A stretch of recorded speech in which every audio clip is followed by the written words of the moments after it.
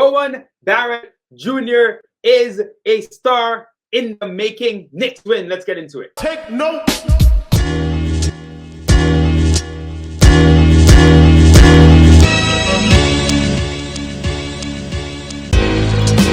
Big Beach. We're here.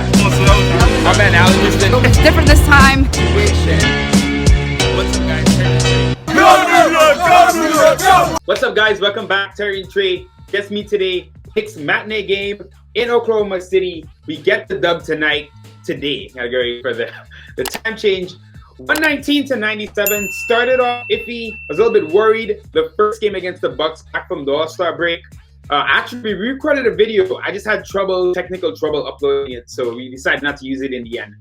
But we came out against the Bucks and got destroyed. And I've been not worried, but I guess cautious about the second half of the season, because now we're playing real basketball. It's going to be a different level to what we had to contend with in the first half of the season.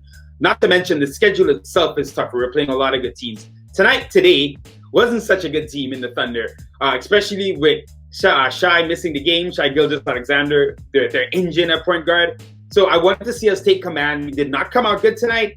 Frank Ntilikina, I thought, wasn't good tonight. I think he was good against the Bucks either. Frank is my guy, but I think for him with the Knicks, he's going to have to play off ball.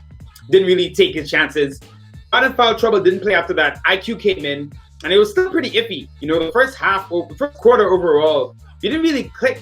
Second quarter, we started moving the ball a bit more, playing better defense, hitting shots. Got back into the game then, and then came out in the third quarter and punched them in the mouth. Frank benched for the third quarter. IQ comes in, has a really great game. But I think the story overall tonight, apart from some lineup stuff, which we will get into, but RJ Barrett, career high. And I have to say, the people who doubted RJ, how could you not see the entire time that even if he was struggling, he had the makeup of what elite top-level NBA scorers had? Yes, his shot didn't seem to be that great early on. Yes, he didn't have, that top high-end level athleticism. But if you listen to RJ from the jump and who RJ's been for his entire career, going back to, high school, Montverde Academy, or even playing with Canada on the youth teams, then to Duke, RJ's always been a star. He always knew what it took to compete at this level. And not just compete, but to shine at this level. I always felt he would figure it out, even if his game was rawer than you thought. RJ tonight, and has been doing now for like a month, picking his spots well, passing at the right time, hitting his shots, his shooting. I don't have the stats in front of me about his three-point shooting, but it is so improved. And he worked on it in the offseason, and early in the season we saw a little bit that he was in a slump. But who RJ is right now from deep, it opens up so much tonight.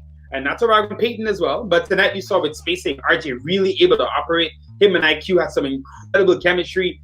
The Thunder are not a good team, so I'm not going to sit here and say RJ's been, he's going to kill everybody. But if you look, good teams or bad teams, RJ in the past month, 6 weeks or so, looking really comfortable.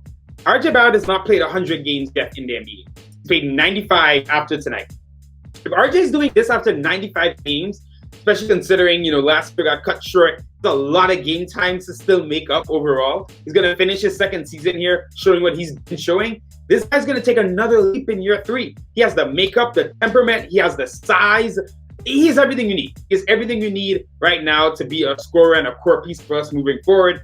And RJ, IQ, and Randle, you want to toss Mitch in there as well. Those guys are really separating themselves as the core of the Knick franchise going ahead. Is that enough for a championship? I don't think we even need to think about that right now, right? Keep these guys in here, keep growing, keep building, add some pieces. Gonna have some success on the court. But RJ Barrett is just so fun to watch. He's maturing before our eyes. He's taking a step forward. He's really becoming the Robin to Randle's Batman. And you got to say, RJ struggled at times. Tibbs benched some fourth quarters.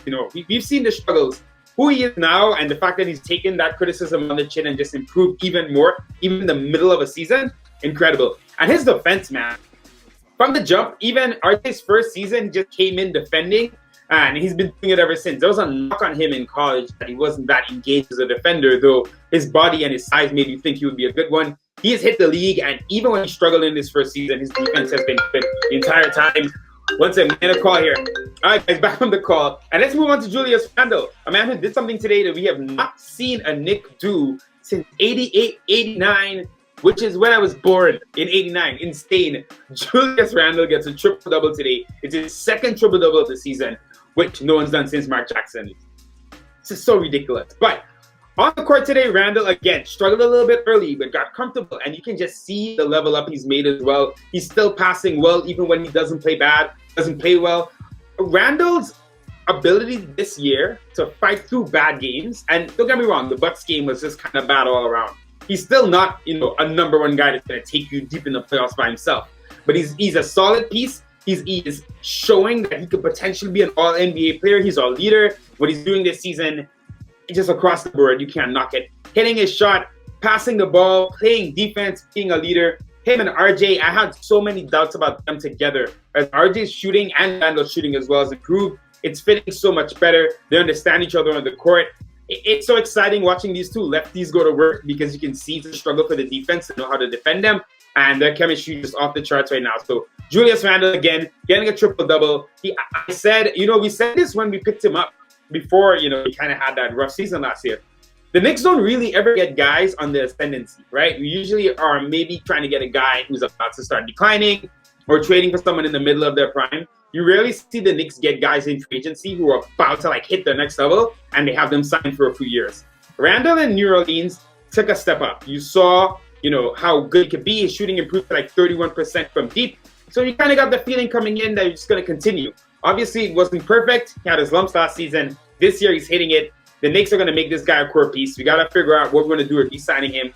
We're going to extend his option for sure, I think, then make that decision. But right now, Julius Randle, fighting through bad games. I keep being a little bit worried sometimes when he has these bad games. He's going to slip into too many old habits. But even when those glimpses of last season Randle shows up, he cuts it out, he adjusts again, and he keeps going. So nothing but love for Julius Randle. And lastly, Immanuel Quickley, IQ, start the man. Listen, like I said, you guys know we like Frank on the channel, but no more Frank PG stuff with the starters. Even though I don't want to blame him for anything specifically, just not getting enough done there from getting the offense set up. And IQ is not a great playmaker, right? The Thunder aren't that good. Against better teams like you saw against the Bucks, he is still going to struggle, but his shooting ability is elite. 21 points tonight, 4 assists, 3 rebounds, and the chemistry with him, RJ, and Randle, incredible. The thing is with Peyton, and Peyton as well, and Jeff Pro is going to have to fit in here as well. We're going to figure out what happens there. Thing is with Peyton, just his lack of shooting breaks things down so much for us. It's so hard to defend him starting when you see what can happen with IQ and you get spacing in there. RJ's good handling the ball. I don't mind RJ and IQ splitting possessions, right? IQ's going to improve as a playmaker as well. I know Tibbs is probably thinking the kind of guy IQ is, you almost want to keep him hungry and he's going to keep trying to prove you wrong. But when he plays like this and you see how well it works, got to give this guy minutes. And to be fair, Tibbs knows what he's doing with it, right? He's playing that kind of push and pull game with him. Tonight he gets unleashed, starts for Frank in the third quarter. Great stuff overall. Hits his threes, hits his floater. The floater came back tonight. The league adjusted a little bit and he was kind of for a few games there, but good to see it again tonight. And he's flowing. I think time on the court is going to make him a better playmaker. And watching the chemistry between him and RJ, right? There was a play where RJ drove into the hole, dished out to Quickley hit the three. Vice versa. If RJ's hitting his three and IQ's opening up the floor like he can, Randle's going to feast even more. Right? There's just so many more things it's going to open up. Quickley is an absolute gem. It's insane that we got this guy in the 20s. I tweeted this out and people kind of got on my back about the comparison, but it was all in good nature. I'm just saying though, Steph Curry and Klay Thompson, 2 homegrown guys at Golden State who became what they did. It's amazing to see we have players, I can't say of that caliber. They've a lot more to prove, but at least rookie year, right? For young, early career rookie year from guys like RJ and Quickley, 2 homegrown guys that we drafted, both, 20 years old. It's incredible. I never thought the Knicks would get one of these elite shooting young guards that come into the league, but IQ just has the making of these high efficiency, dynamic guards who are just killing you from deep, and he's going to get more and more confident and better as time goes on. If IQ's shooting like this now, just imagine after you get an offseason or 2 under his belt. So again, great stuff. I want to see Tibbs put him in the starting lineup. Frank is just not working out right now. Rose is going to come back. This COVID thing's been weird with Rose. We haven't had a lot of specifics, but good stuff today. The Knicks win. Now, what I want to talk about really quickly is I'm looking at the next 6 games. So to the end of the season, I think we got to keep looking at the Knicks in these little pockets, right? These little pockets of time. So we got the Nets, the 76ers, the Magic, the 76ers again, the Wizards, and the Wizards. So first off, the 76ers games. Obviously, you might have heard about Joel Embiid. Hyperextended left knee. I think he's going to be out for 3 weeks. So we're actually really lucky we're playing the 76ers without Embiid. Because the way he's been playing this year, he's my MVP so far. We'll see how it ends up. But we play the Nets on Monday. I mean, going to be honest, the Nets are ridiculous. I mean, I like to see us get into a scrappy game, play them hard, that whole city rivalry. But the Nets are an elite team, so we'll see what happens. Even though the defense in the regular season, not that good. The Knicks and 76ers on Tuesday. How will RJ Barrett take on the challenge of Ben Simmons? RJ got locked up by Ben Simmons last time. Ben Simmons, Defensive Player of the Year right now. He's insane. But RJ has been so much better since then. He's gotten crafty. He's gotten smarter. He's hitting his shot. I want to see RJ take it to Ben Simmons and find a way to get some buckets on it. So that game's going to be interesting. I'd like to see us win one of these 76ers games. We played them twice. I want to see us at least split. We play the Magic. Got to win that game. You have to beat the Magic. We're in the second half of the season. These games matter so much. You just cannot lose these games to like the Magic and the Wizards who we play at the end as well, back-to-back. So looking at this, I would love 4-2. That could be a bit unrealistic, so I'll say 3-3. If you only win 2 of these 4 games, then I'm like, you're not being a serious playoff team. And I definitely think with Embiid out, 4-2 is not impossible. But even though we beat the Thunder today, the second half of the season so far has been a little bit iffy, right? Bucks game, a little tough. Thunder tonight, did well. I think we beat them on talent. There was not some great execution stuff there. I think from the Nets game on, we're going to really see like kind of what this team is made of.